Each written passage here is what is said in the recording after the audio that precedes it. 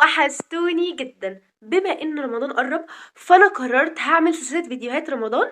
السلسله دي يا جماعه بصوا، اول حاجه هنعمل زينه رمضان طبعا، وده الفيديو بتاع النهارده، وحاجات كلها موجوده في البيت. يعني مش هنشتري حاجات حتى، يعني مش هنصرف فلوس كتير، وهنعملها وتبقى حلوه جدا زي الحاجات اللي انتوا شفتوها دي دلوقتي حالا.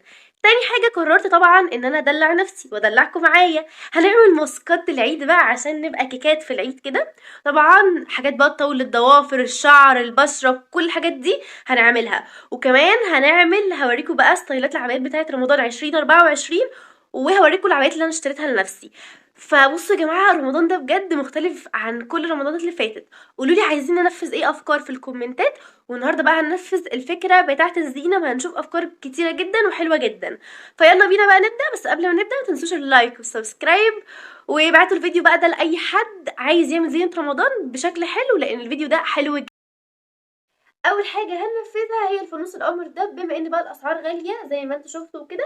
فهننفذ الفانوس ده. كل اللي احنا هنحتاجه 4 عصيان شيش، هي جابت 4 عصيان شيش، ودي بتجيبوها عادي من عند بتاع الأكياس.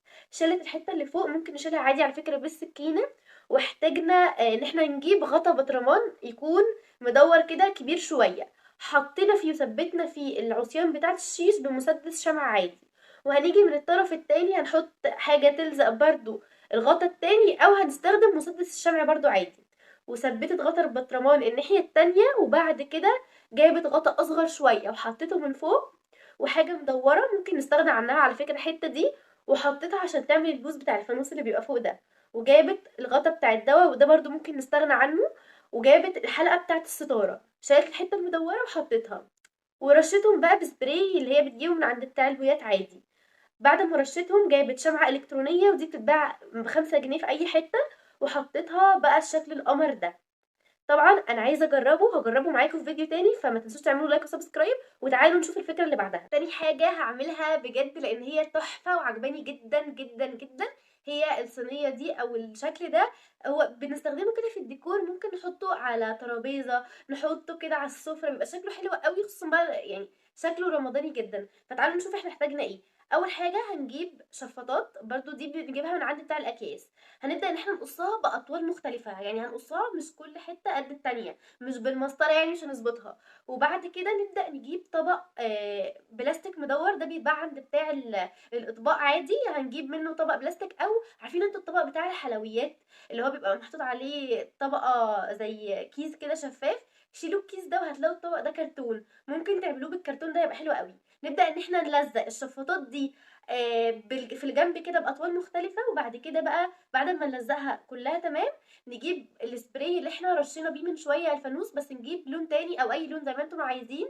هو رشه بالجلد، رشها. وبعد كده حط الفانوس واللمبتين. ممكن نستبدل الفانوس ده بالفانوس اللي احنا عملناه من شوية، تحفة جدا ويبقى شكله حلو. وحط سبحة بقى وشمعتين كده. ممكن برضو نستبدل الشمع ده بالشمع الالكتروني، بجد هيبقى حوار قوي ويبقى شكله حلو. دي برضو من الافكار اللي انا كنت عايزه اعملها. في حاجه بقى بجد هوريها لكم، دي تحفه وكان نفسي اعملها، تعالوا نشوفها. كان نفسي اعمل الطبله دي. اول حاجه هو جاب علبه فاضيه بتاعت لبن نيدو، ممكن نستبدلها بعلبه الطماطم اللي هي الجاهزه. وجاب جوانتي من الصيدليه اللي هو البلاستيك ده.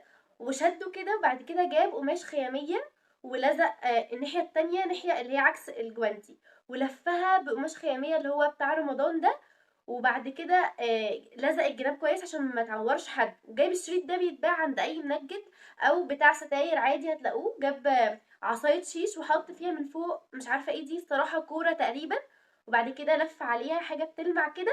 وراح طبل بقى، وبقت طبلة عادية زي اللي احنا بنشتريها واحلى منها بكتير قوي. اللي عنده بقى طفل بقى ممكن يعملها له بجد، يعني انا اصلا عايزة اعملها واجربها، لاني اتحمست جدا، هي شكلها حلو قوي وكيوت خالص. وبس كده، ودي كانت شويه افكار من زينه رمضان. لو الفيديو ده عجبكم هعمل منه فيديوهات كتيره قوي. وما تنسوش لايك والسبسكرايب عشان الماسكات بقى بتاعه العيد والعبايات والحاجات الحلوه دي. واخدكم برضو جولات كده معايا وانا بجيب لبس العيد بصوا انا هاخد رايكم عشان انا حبيتكم. فما تنسوش بقى اللايك والسبسكرايب، وتكتبوا لي بقى كومنت حلو كده تقولوا لي ايه رايكم في الفيديو ده، واعمل منه تاني ولا لا. وبس كده، باي.